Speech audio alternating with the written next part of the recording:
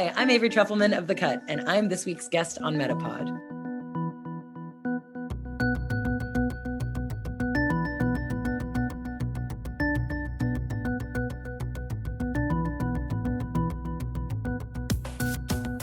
You're listening to MetaPod, where we unpack the web's most interesting podcasts and the stories behind them, hosted by Wendy Morrill and Kevin May.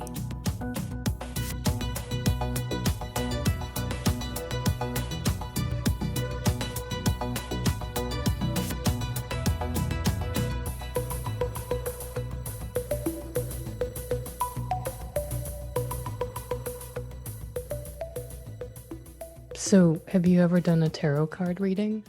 Apart from, I suppose, it's a daft confession, messing about with Ouija boards at that age when I guess everyone does, I have actually shied away from such things. So to answer your question, no. Have you? No, but maybe MetaPod should. I mean, we could have a tarot reading to look into MetaPod's future.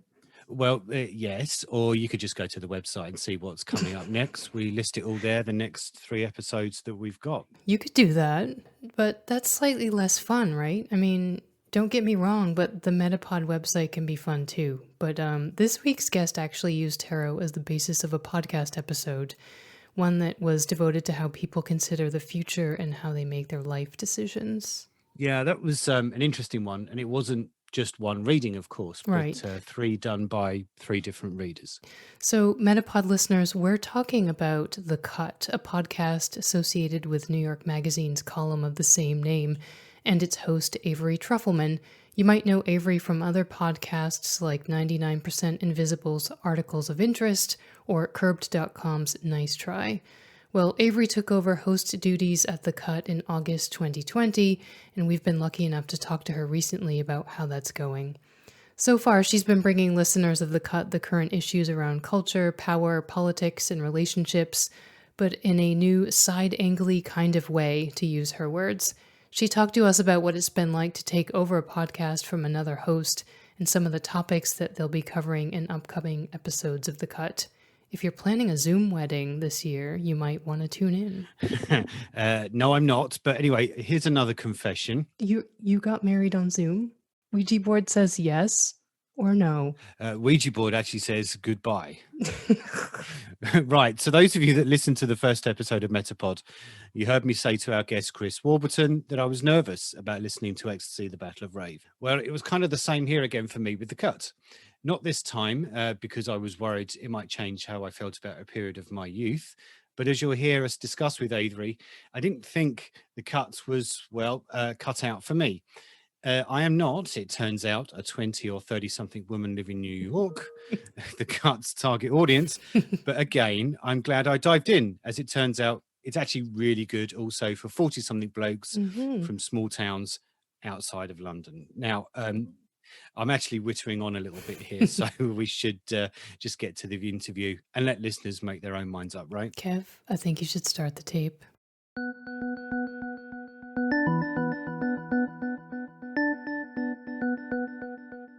Avery Trufelman, welcome to MetaPod. Thank you for being here with us. Thanks for having me. I thought we could start out by having you tell us a bit about you, because I think MetaPod listeners probably don't know who you are and what you do at The Cut. So I think oftentimes about this tweet I once saw that haunts me, where it said, nothing more embarrassing than being a professional podcaster. And yet here I am, but I am a professional podcaster. And I've been at it for a long time now. I worked for the podcast 99% Invisible for 7 years. And on the side, I hosted a podcast with Vox Media called Nice Try, which is about utopian experiments. 99% Invisible is a show about architecture and design.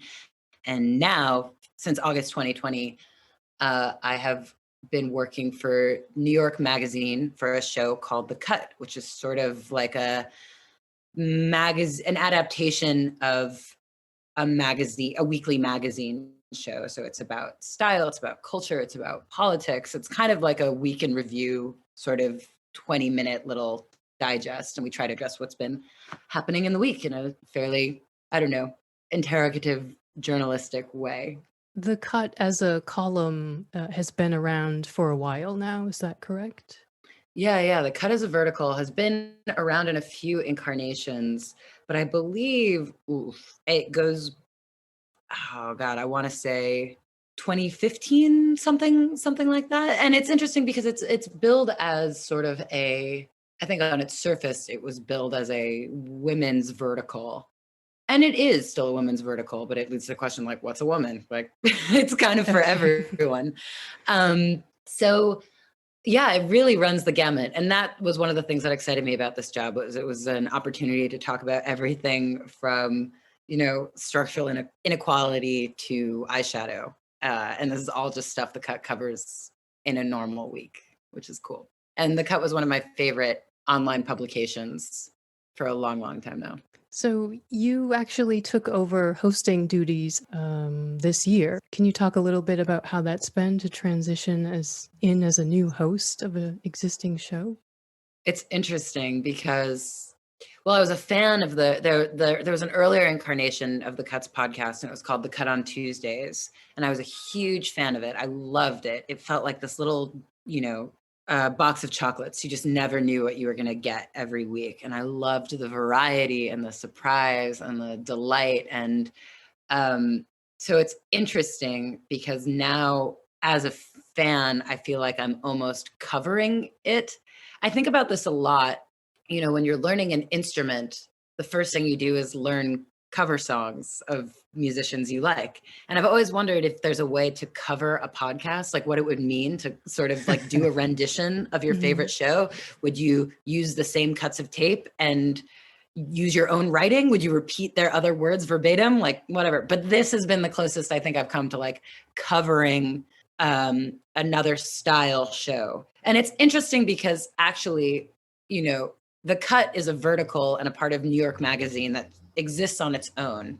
But the previous iteration of the podcast was made by a completely different company, a completely different team. Like they just had completely different systems in place. So this was almost like a fresh start. And also they weren't doing it during a pandemic.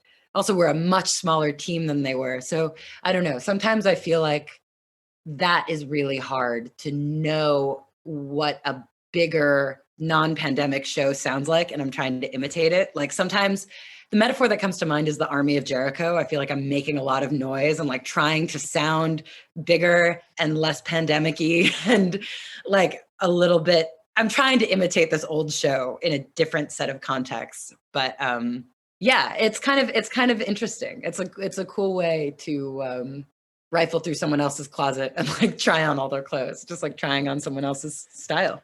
The Cut, I've seen that the tagline is to shine a light on the way we live now, which I think must have been a pretty tall order. Can you talk about the range of topics that you've covered in 2020 and how you were keeping up with how we're living now?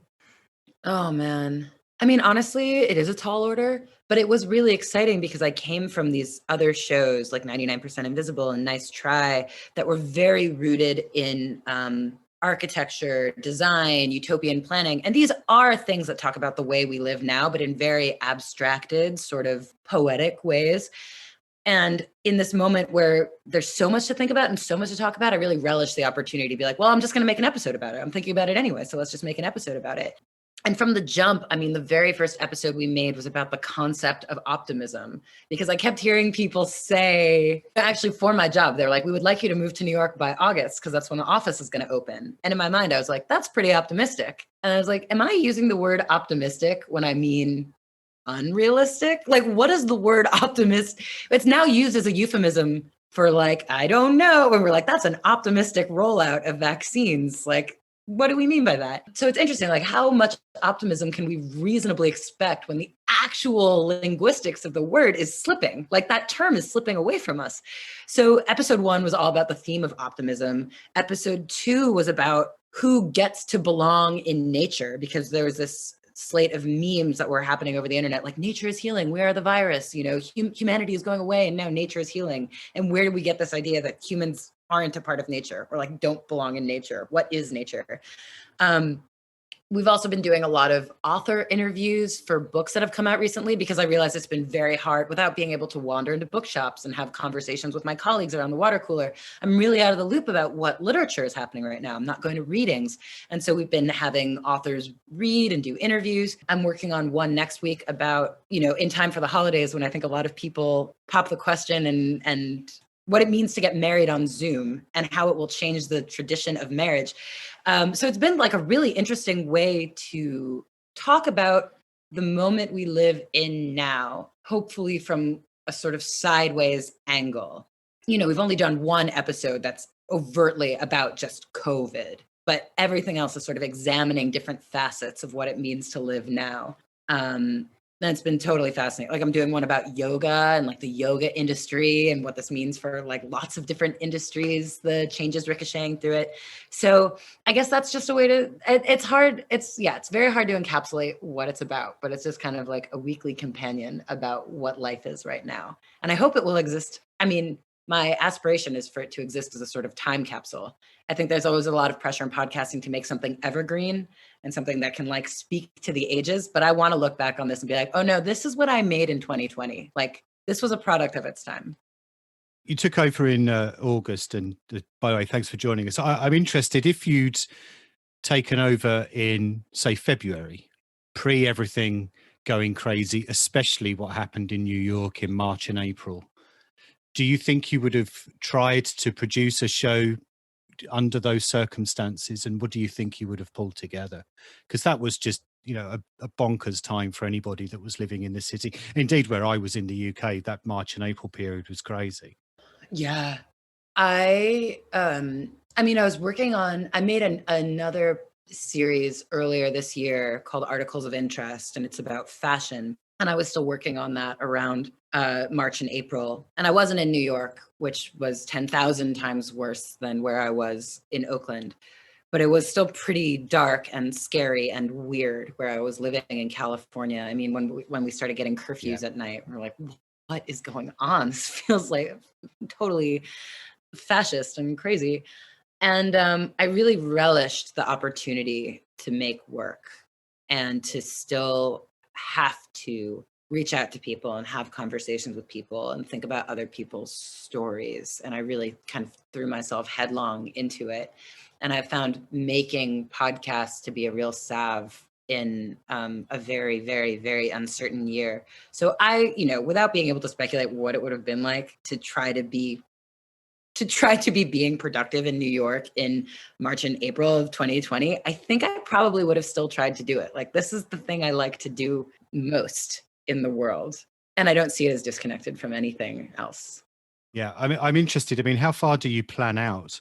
I mean, I envisage, I've listened to maybe 4 or 5 of the episodes since you took over, or since the relaunch, if we can call it that, in August. And I wonder, because they're really well produced. I mean, some of the ones that are coming out now, were they started back in September? I mean, there's a lot of things that are going on. The thing is, we're a really small team. It's me and our producer, B.A. Parker, and then Allison Behringer is an amazing editor, but she's part-time. So it's really just like us. So that said, we try to plan as much in advance as we possibly can, but there's inevitably just some scrambling. And also we're trying to coordinate with New York Magazine, which is a publication. And sometimes we're adapting stories and working with the journalists at New York Magazine, and that really helps get ideas. But we're also working with their release schedule. So it's not like we can just like put things out whenever we want. Like, there's this great story that we're so excited to release, but it's in conjunction with the magazine. So we're like coordinating with them about when they'll launch the story so we can launch the story. And then I just figured out that like, oh no, they're delaying it. So there's a hole. So we have to scramble. So it's just like, it runs the gamut. Some of them we've been planning for months and months and months. Like, ones that are coming out soon, I've been working on since August. And then others, you just have to turn around in like a week or a day. I'm curious. I mean, the episodes that you've done there, as you said earlier, Avery, there's only been one which has been specifically about COVID-19 and the pandemic, etc. Was that a deliberate decision that you wanted to pick up on topics that perhaps not what people were thinking about 24/7 because our life has been all consumed by other things?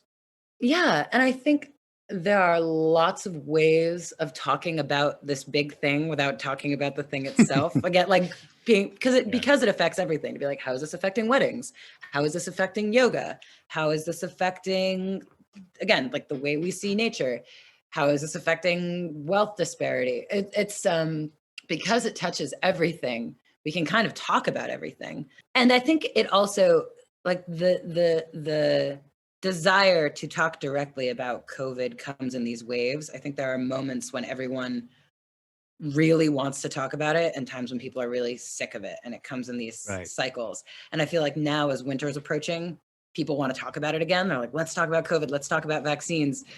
But there are certainly moments where people are like, no, not this, no more of this. So I don't know. I think we just want to like tread kind of lightly there. Yeah. Has it been interesting, or what has been interesting about relocating from the West Coast to the East Coast? I mean, have you had to adapt for a New York audience at all, or not really? Or, how has that been for you in relation to the show, I suppose?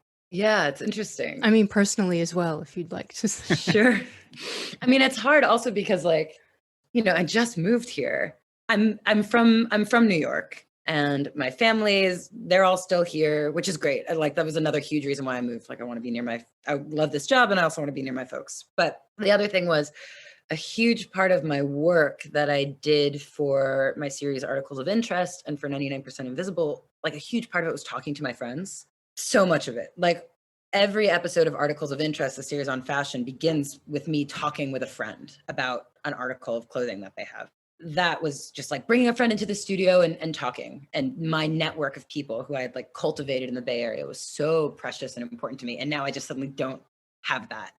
And it's weird to suddenly try to, that has to be a parameter. If I'm interviewing someone, it has to be like, well, are they based in New York? Like, and I'm like, I don't know many people in New York.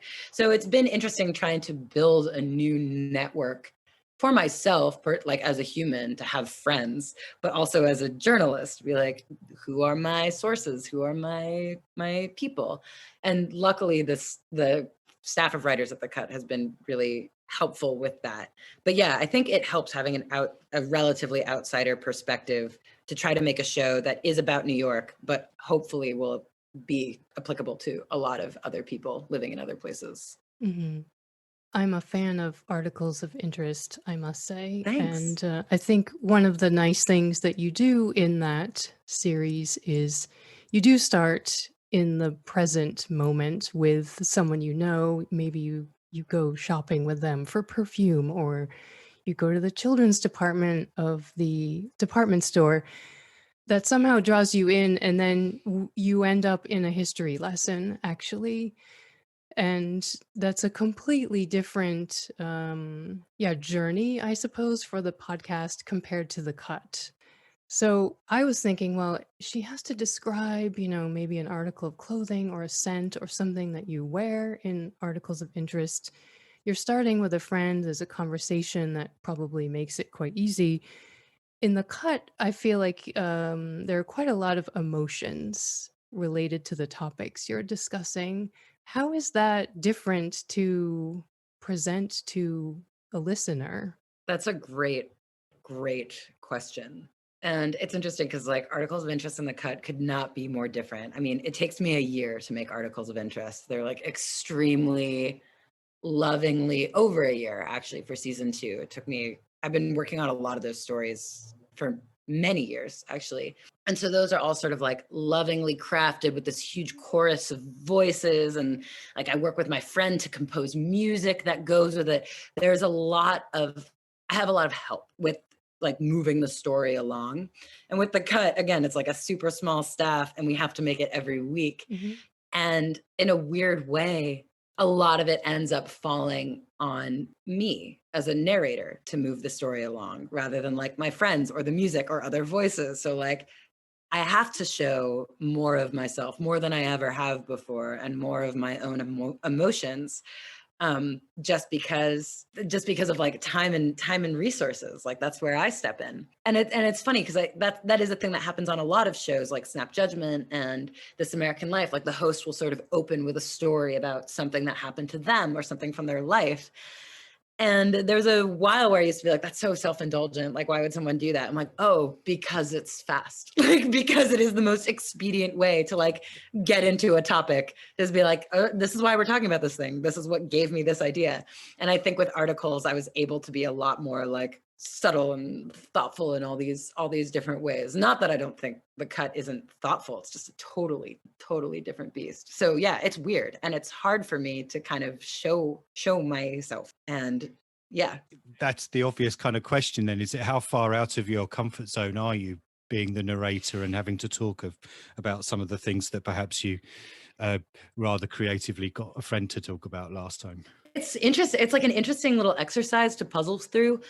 Honestly, this is one of my favorite parts about the sort of profusion of podcasts right now, because there's so many shows. I'm like, who gives a shit? You know, if they don't like me, they can listen to someone else. I almost, not that I don't want people to listen. I would love for people to listen, but I think there used to be a lot more pressure and a lot more expectation when there are only a handful of people and a handful of studios making work. And now I think there's just kind of enough space for everyone. And long story short, it's something I'm still getting used to and I still feel really weird about. And I'm still sort of navigating around. And it's interesting because part of me is like, I don't want to become a caricature of myself because I want it to feel genuine. Yeah. But I've also gotten advice from people who are hosts that like, no, it's useful and important to make a character out of yourself so that you can create this divide between your public life and your private life. And when you get criticism, you can be like, that's not me, that's character me, which I think these are all just kind of philosophically fascinating and I have no answers yet. It's only been a few months, but yeah, I have no idea how it will shake out. I'm in awe of people who do this. Yeah. That's it. That's interesting about creating personas as a narrator and as the producer and the creator of this thing. And maybe over time, your persona might change as you kind of grow into the role, perhaps, or you almost kind of step back potentially. Definitely. And I think something that happens, especially with podcasting, is as people get more comfortable, their voice gets deeper. Like with my old boss, Roman Mars, you hear early episodes and he's like really excited and very young sounding. Same with me in my earlier episodes. I have this like higher pitched voice. And as I've gotten more comfortable, it like drops. There's like this dip that happens. So it's interesting because it's really tangible in the audio space. I'm never ever going to be able to listen to anybody narrate anything again for fear of checking what their octaves have done over the course of 10 episodes or something. It's I love it. I think it's so interesting to hear how our voices shift, you know, with our bodies and with our age and with our attitude. It's so endlessly to be like, oh, we're an instrument. And the shape of our instrument is constantly like changing and different echoes are coming out of it. But I think also like this idea of having a persona is weird now, especially like this is another thing about trying to launch a show, as you probably both well know, during these times, you aren't sort of the person you thought you were. I mean, I was just talking about this with my therapist. I was like, the things I used to like to do, which were like take long walks, meet my friends, go to museums, like go to reading, like all these things I like to do that informed me and sort of fed my curiosity and nourished me, I can't really do right now. So it's interesting because I have to try to build this version of myself for the radio that is not the way I think I normally am, which is just kind of like another unique layer. That's interesting. Your listeners, I think coming back to this, yes, sorry to keep comparing articles of interest with The Cut. Oh, no. I mean, I think they were both made this year. I've been thinking about it a lot. I think they're fascinating, just two totally different examples. As you said, I think with articles of interest, there's clearly like a lesson or sort of educational value. And I'm just wondering what you're hoping listeners of The Cut leave with, or you know, what do they come to listen to you or your guests with? Is there a call to action, or what's the motivation of the listener, I suppose? I mean, it changes week to week. I think sometimes there's a really strong lesson. Like sometimes we are really trying to impart some stuff. Sometimes it's really just about knowing that you're not alone. Like there was an episode we did about moving and people moving during a pandemic. And I think it was really helpful for people to be like, oh my God, a lot of people are doing this right now. We want to do one about dating for that reason, just to be like, you're not alone. A lot of people are doing this right now. And of course, there are like adaptations of articles for New York Magazine that I think have journalistic value that we're just sort of adapting. So it's really, a grab bag of a lot of different reasons. But I think this one, I mean, again, also because of the interest of like time and resources, there isn't as much space to do like as much deep diving research. I mean, we try to do as much as we can, but I think a lot of this is also about accompanying the magazine and helping the magazine come to life. Do you have international listeners? I think so. Do you know what they think of the show? I don't know. Let me kind of frame it a different way. I'm a 47-year-old bloke from London. I would imagine that your core audience that you were targeting were not 47-year-old men with 2 kids, same job for the last 25 years as your audience, right? So who is you talked about a persona for yourself as the narrator. Is there a persona of your audience, a single persona? Definitely. I think this part is really like inspired by the cut and like who the cut's audience is. And I do think the cut's audience is sort of like smart 20, 30, 40 something women trying to balance, career and personal life, living in a city. Usually, I think that's what I think of as like readers of New York Magazine. So yeah, they definitely, a very wise friend of mine said, it's really hard to imagine a sort of demographic for a show, but you can try to imagine 5 people who you want to be like, these are your 5 people whose opinions you really respect. And when I think about who my 5 people are, they tend to kind of be like smart, professional, younger women, which is different than the audience that I had for articles of interest. But it's kind of fun to, try it on as like a new skin and a new audience. Is it limiting, do you think, from a creative editorial perspective, knowing that is your target audience, or is there almost an aspiration to widen it out a bit? Because I'll be honest with you, I listened to, as I said earlier, 5 or 6 episodes, and I thought they were all really interesting. They were clearly not aimed at me, as we've been referencing my age and where I live, but it is accessible to a wider audience. Is that something that you would want to happen, or is it because of New York Magazine and blah blah blah that you actually want to keep it within that kind of narrow genre, if we can call it that? I mean, I would love for anyone who wants to listen to it to listen to it, but I think it varies a lot episode to episode. I think there are certain ones that have a wider appeal and some that have a more niche appeal. Yeah, honestly, it's all just kind of an experiment. Yeah. Week to week, it very much depends on what are the cut writers thinking? What am I thinking?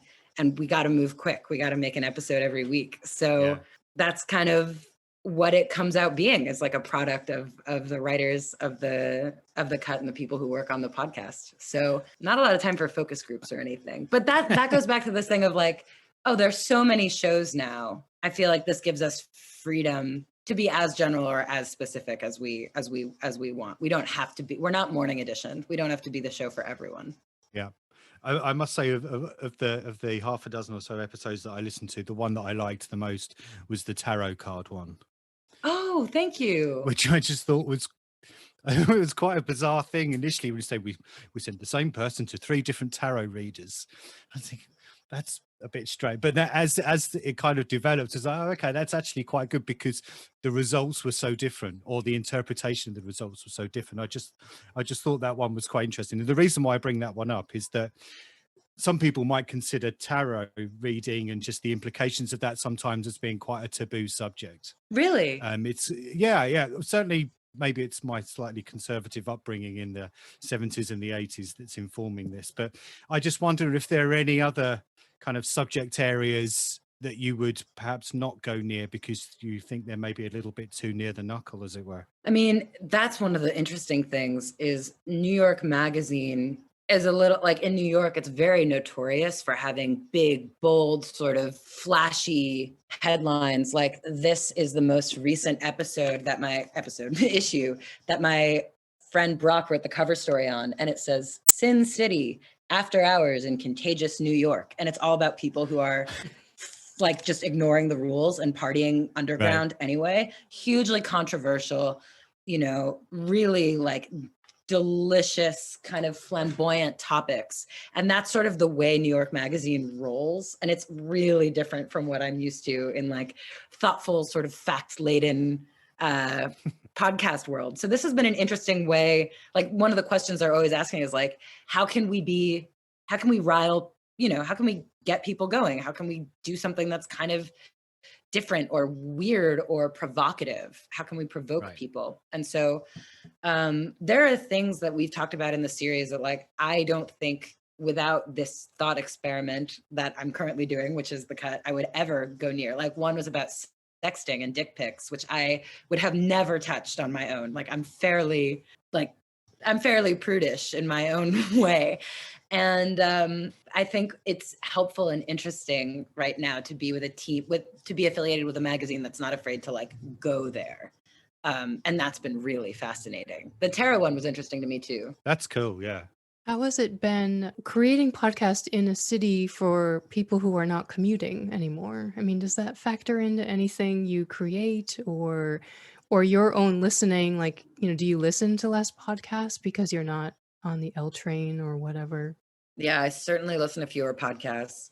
I mean, because I'm not commuting, and also because now I just have to listen to so much more, like for work, which is one of the fundamental weird things that I'm sure you both know about making. Like the weird thing about making podcasts is you're so busy making podcasts that you don't have time to listen to other podcasts, which is like, what are we even doing? Like, why are we like, but it was nice. Yesterday I took a big long walk and just like listened to some stuff, and it felt so good and it felt so right. When you ask me like, how are people thinking about the show internationally, I'm like, I don't know. I don't even know how people are feeling about the show.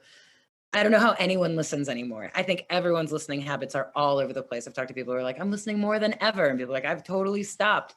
So like nothing is expected anymore. So I have no idea. I have no idea how this is affecting habits. I think we've had a few guests say that they expected listenership to go down, but actually it had gone up. And the idea was that commuting, had ceased, so people would have less time to listen, but that actually wasn't the case for them. So yeah, it's just like a weird thing because we don't have any like before point to compare it to, like because we started during the pandemic. I'm like, is this how much it would be with a commute or without a commute? I don't know. Like that's the thing. There's no test group for this, so it's like okay. And yeah, I mean, last one from me, really, Avery. I mean, a lot of the guests are really kind of bearing their soul. I think a lot of time when you interview anybody and it's going to go out on the mass media, whether it's a podcast or it's a radio show or in a newspaper, sometimes people are perhaps not prepared for the exposure they're going to get especially when they're kind of revealing all, as it were.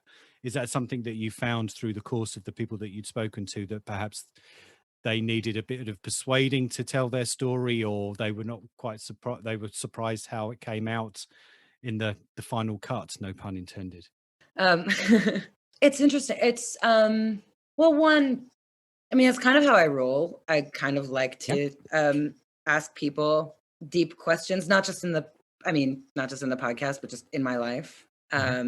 So in a weird way, like I don't actually know any other way to be. But I do try to be respectful if there's a subject and I always tell people before I talk to them, like, this is heavily edited. You can always say no. And there have been certain episodes, like the interview we did with Emily Ratajkowski, where I did something I've never done before, which was I sent her a cut of the story before it went out, which is like no in journalism, especially in podcasting, because people tend to dislike hearing their own voices anyway, as I'm sure you well know. So they're always going to be like, oh, I hate it. like, oh, I don't like this. It's like, no, you were great. But like, it's very hard to hear your own voice, and it never gets easier as I'm learning. But so I did that with Emily Ratajkowski, and it actually ended up being really fruitful. And she made one very good and very decisive edit. And so I want to get in the practice of doing that more, especially with stories like the one Emily told that was just like so soul-bearing, so vulnerable, so open. I think that's one of the things I actually enjoy about podcasting during COVID, because you need to sort of be partners in this together. Like I'm recording my side and you're recording your, like we have to sort of work together to make this happen. It's not just me like putting a microphone in someone's face and being like, tell me all your secrets. So I want to sort of continue that mode of co-creation, but I hope no one feels cajoled. I hope it creates like a space for people to talk, because again, I think this show has more than with articles of interest or anything else I've worked on. There's like an element of companionship that's here, and just like human connection, raw human connection that's like different than anything I've done before. And I think that's a part of it, is like being open and honest. Yeah. Do you have any favorite podcasts at the moment? Or maybe you're listening to music? I'm listening to a lot of music. I mostly listen to music these days, but yesterday when I took a long walk, I listened to the Lolita Podcast. Have you heard of it? It's great. It's by this independent producer named Jamie Loftus, who's really talented. She made a great show called My Year in Mensa, and this series is literary criticism. It's just straight up literary criticism about the culture and history of Nabokov's Lolita. It's very interesting, and that was fun. I haven't like binged a show like that in a minute. And how about music? What are you listening to? Throughout quarantine, I've pretty much listened to Blonde by Frank Ocean like over and over again. And I was joking on Twitter the other day that it's probably my favorite podcast because it has really good interludes.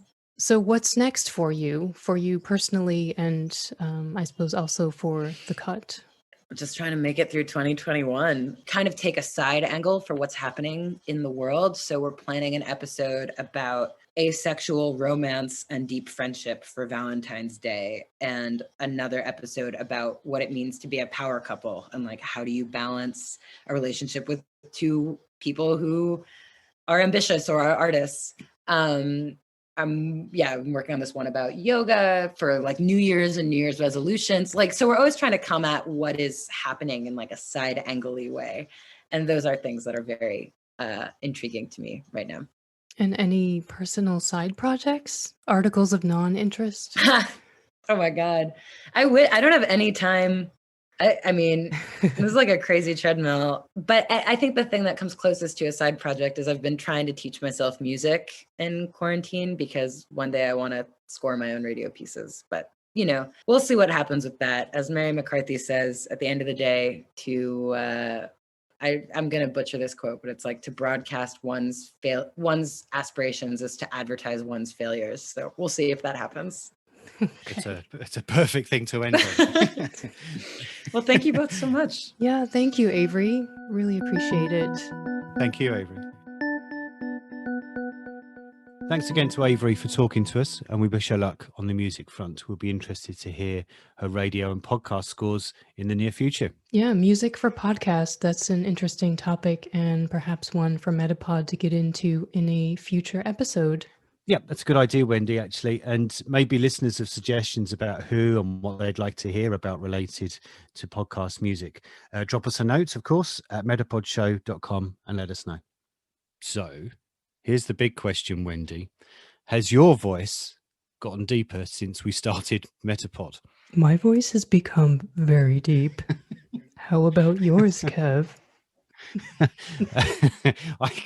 I can't go as many octaves lower as you've been able to just then, and I've been at just this try. No, I've been at this for years, Wendy, so yes, it's super deep. I actually started off a lot higher than this. That's what's happened. This is so much deeper than before I started podcasting all those super years ago. Deep. Super deep, yes. So listeners, take note. It's early days for MetaPod. Let's see if you can detect just how low our voices will go. Kev will be at subterranean levels by mid-year, I'm predicting. Well, because our voices are certainly not the only reasons, hopefully, that you come here.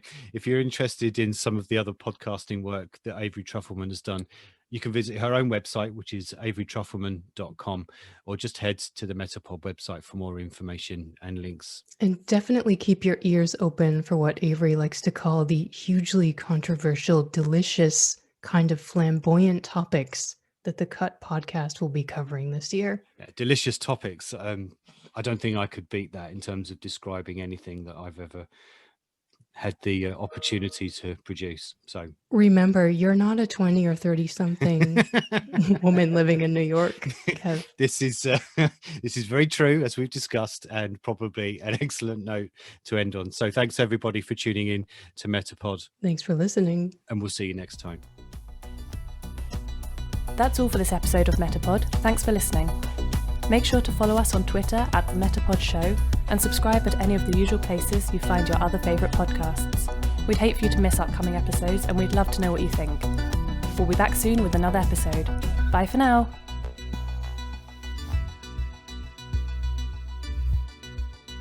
MetaPod is produced by Wendy Morrill and Kevin May.